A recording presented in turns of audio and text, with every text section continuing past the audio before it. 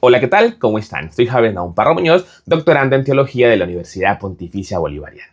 Vamos a hablar en este video sobre religión y cultura. Tendremos una aproximación fenomenológica, sociológica y comparada. Empecemos entonces entendiendo que la religión puede definirse como la relación de los seres humanos con lo trascendental, con lo divino, con lo sagrado, lo cual puede entenderse y expresarse como la creencia en Dios, en dioses, en santos, en sabios, en fuerzas cósmicas, etc. Y esto no es solamente una creencia, sino que trasciende lo individual a una creencia comunitaria que va a estructurar la vida social, porque la religión como tal va a moldear las normas morales, las formas de convivencia, las cosmovisiones, el arte, los ritos y la organización comunitaria. De igual manera, entendemos a partir de esto que no existe religión fuera de un contexto cultural, ni cultura que no haya sido permeada o influida por lo religioso. Entonces, hay que distinguir para poder avanzar qué es religión y qué es fenómeno religioso. La religión, ya lo dijimos, es un sistema estructurado, estable y transmisible que cree en algo trascendente, mientras que el fenómeno religioso, aunque también es la creencia y la práctica en relación a lo sagrado, no tiene la misma estructura que tiene una religión, sino que se limita a una creencia aislada, a una práctica cultural o a una experiencia espiritual individual. Es decir, que mientras que la religión es algo más estructurado, el fenómeno religioso no lo es. Es más que todo una experiencia, digamos, aislada. Si hablamos de lo que va a ser nuestro marco teórico de esta exposición, vamos a utilizar algunas claves que nos va a dar Niels Marr, quien propone 7 dimensiones de la religión, entre ellas la doctrinal, la mítica, la ética, la ritual, la experiencial, la social y la material. Por su parte, de igual manera, Emily Durkheim va a definir lo religioso como un hecho social, subrayando comunidad, ritos y normas. Esto a partir de su libro Las formas elementales de la vida religiosa. ¿Y qué decir de Mircea Eliade, quien aporta las nociones de mito, lo sagrado, lo ritual y la repetición simbólica? Sin embargo, aunque esos autores plantean unas características, vamos a trabajar con 5, que son las que va a plantear el profesor Hernán Darío Gil. Vamos a verlas después de unos conceptos. Y los conceptos que queremos trabajar antes de avanzar con las características de las religiones son las siguientes. Hablemos entonces del mito. ¿Qué es el mito? El mito es la historia sagrada que busca explicar los orígenes, ya sea del mundo, del ser humano, etc. Y es fundamental dentro de la teología o los relatos fundacionales. No se pueden juzgar como verdad o mentira, sino que son narraciones explicativas que en su momento claramente fueron la base de todo. Claro, estos mitos van a ser antes de toda la estructura científica o los avances de la ciencia. También hablaremos tenemos en cuenta la leyenda. ¿Y qué es la leyenda? Son esas narraciones que van a permitir la cohesión social. Van a permitir que una creencia se fortalezca. También hablamos del animatismo, que es la creencia en una fuerza impersonal y cósmica que atraviesa todo. Por ejemplo, el Tao en el taoísmo. El animismo, por su parte, es la creencia de que todos los elementos de la naturaleza poseen un alma individual. Y ya el panteísmo es la que identifica a Dios en toda la naturaleza, porque estaría pensando que todo es divino. El totemismo, por su parte, es la creencia en animales o plantas sagradas y en un origen espiritual común en ellos. El fetichismo es la creencia en objetos con poderes sobrenaturales. Ya ahí se encuentran los amuletos, los talismanes, que va a estar muy ligado a la superstición, que es la creencia en actos u objetos que producen suerte o protección, claramente sin base teológica. Y ya la magia es la práctica orientada a producir efectos extraordinarios mediante engaños o manipulación. Y si hablamos de brujería, que está muy asociado hoy a lo oscuro, a lo demoníaco, claramente la brujería en su inicio era una manera de llamar a todas las prácticas que se desconocían por parte de la iglesia. En su momento, en Europa medieval, muchas mujeres practicaban la medicina y unas enseñanzas, digamos, tradicionales. Y a todo eso se le denominó brujería. Y fue esa persecución que empezó, la conocemos como la Inquisición. Claramente ya después se va a catalogar como brujería todo lo que va a ir en contravía del cristianismo. Incluso hoy por hoy se habla de la brujería como saberes ancestrales. Ya el chamanismo es el sistema religioso en donde el chamán media con el mundo espiritual mediante estados de alteraciones de la conciencia, ya sea a partir de plantas o otras bebidas alucinógenas. Esto claramente dentro de algunas comunidades indígenas. Y ya el vudú y las religiones afrosincréticas, que son las religiones de origen africano que combinan elementos yoruba con elementos del cristianismo, como lo va a ser la santería, el candomblé en Brasil y otras prácticas que también van a tener este sincretismo. Y aquí entender algo importante, que es el sincretismo. El sincretismo es la combinación de creencias. Cuando una persona que tiene una doctrina, una religión, dice, ay, me parece interesante eso de allá, y lo trae para sí, ya sea una práctica, un elemento, un objeto. Allí sería el sincretismo, como por ejemplo en Occidente, que hay muchos cristianos, digámoslo de esta manera, que practican el yoga o tienen como adornos ciertos elementos como los budas o otros objetos de otras religiones. Eso sería sincretismo. No se va a ver del lado oriental que digan, ah, esto me gusta del cristianismo. Casi no se va a ver esto, pero de la parte occidental sí va a ser muy común que se sienta atracción por elementos orientales. Ahora sí, con esta base vamos a hablar de las 5 características de las religiones, como dijimos, de la base de los autores que ya mencionamos. Vamos a sintetizar 5 características siguiendo lo estipulado por el profesor Hernán Darío Gil. Y aquí empezamos con la característica número 1, que son las normas y las reglas, que sería la dimensión ética. Y es que toda religión va a establecer principios normativos que van a regular el comportamiento, tanto individual como comunitario. Y esto va a ser de gran utilidad para la convivencia. Por ejemplo, el cristianismo va a hablar de los 10 mandamientos, que si vamos ya a lo más teológico y enseñanzas de Jesucristo, va a decir que son 2, pero hablando de los 10 mandamientos.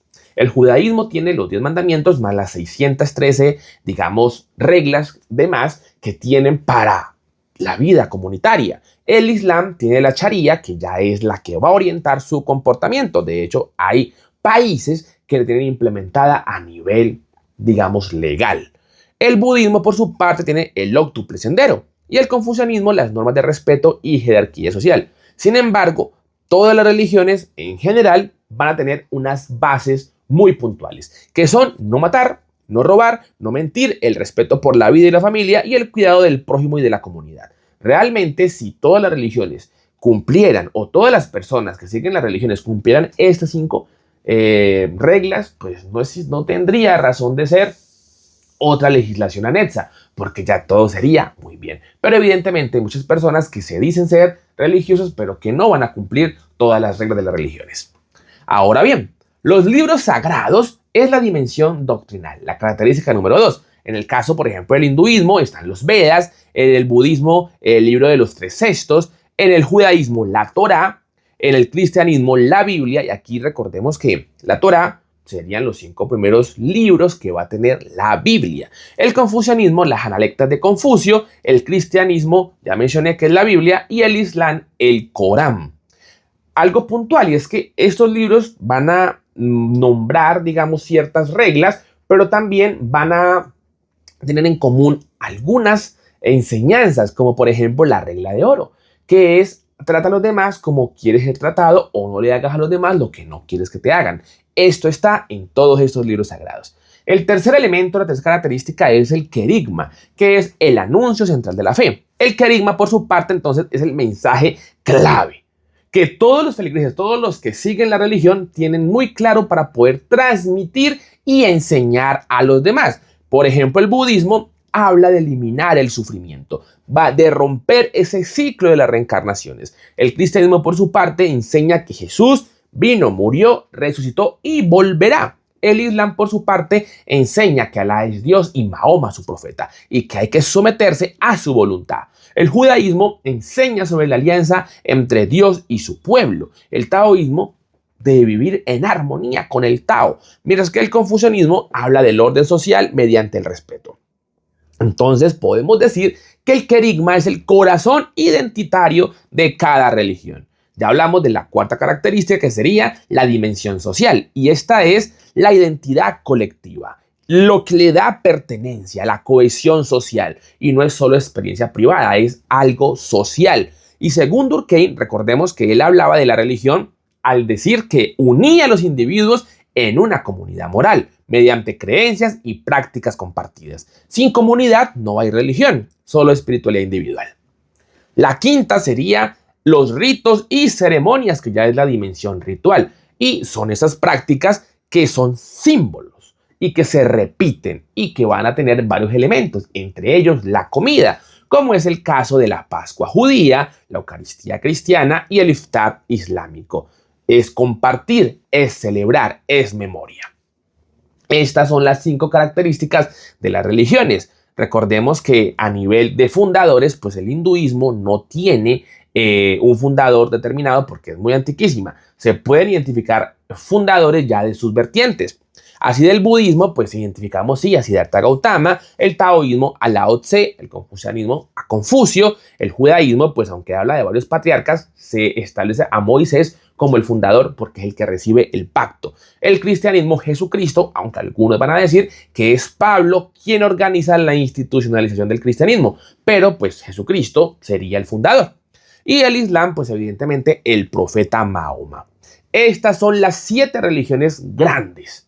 Ustedes dirán, hay más, y realmente sí hay más, pero son, digamos, vertientes de estas mismas 7. Y es que podemos encontrar en cada religión 3 vertientes que son la fundamentalista, la conservadora y la reformista. Por ejemplo, en el hinduismo encontraríamos el jainismo como la vertiente fundamentalista, que de hecho, según algunos censos, hay más de 50 millones de seguidores de esta religión en la India. La conservadora serían los Hare Krishnas y ya los reformistas serían pues el sijismo, que son los que van a tener prácticas sincréticas y tratan de unir ciertas enseñanzas del hinduismo y el islamismo. Están ubicados geográficamente al norte de la India.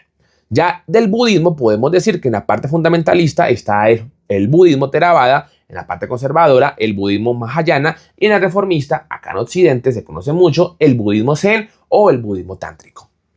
Y si hablamos del cristianismo, pues encontramos el fundamentalismo en los ortodoxos, el conservador en el cristianismo católico y el reformista pues en las corrientes protestantes y después en todos los movimientos posteriores como los mormones, adventistas, testigos de Jehová, etcétera, etcétera. En el judaísmo también tenemos básicamente el fundamentalismo, el judaísmo ortodoxo, en la parte conservadora, judaísmo conservador, y en la parte reformista, pues el judaísmo reformista, que es en últimas el que concibe y permite que existan maestras, que las mujeres sean las que enseñen claramente después de un proceso de formación para poder transmitir el mensaje, pero son en este caso los reformistas, que también van a tener posturas diferentes, por ejemplo, respecto del aborto.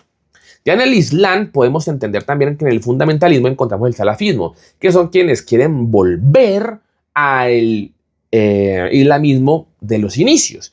En la parte conservadora, el sunismo tradicional y en el reformista, pues el Islam liberal. Aunque recordemos que muchos de estos musulmanes, pues su fe, su práctica va a variar dependiendo del país en el que estén, porque en algunos países es regla como tal el islamismo radical.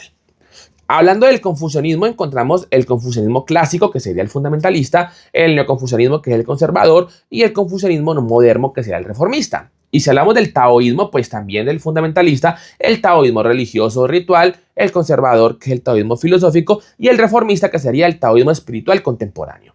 Y aquí hagamos unas aclaraciones. Y es que, por ejemplo, en el caso del budismo, Buda no es un dios. Y su objetivo es evitar las reencarnaciones. Y si hablamos del confucianismo, también Confucio no es Dios, es un sabio. Su enfoque sería más de convivencia social y el valor central, el respeto. Eso es importante tenerlo en cuenta porque se pueden surgir confusiones a partir de esos conceptos cerrados. Y ya para cerrar, recordemos, la religión es el sistema completo que va a incluir normas, textos, querigma, comunidad y ritos. Y si hablamos del fenómeno religioso, pues es la manifestación parcial de lo sagrado sin estructura completa. Y recordemos algo fundamental, no todo lo religioso es religión, pero toda religión se construye a partir de fenómenos religiosos. Muchas gracias, que estén muy bien.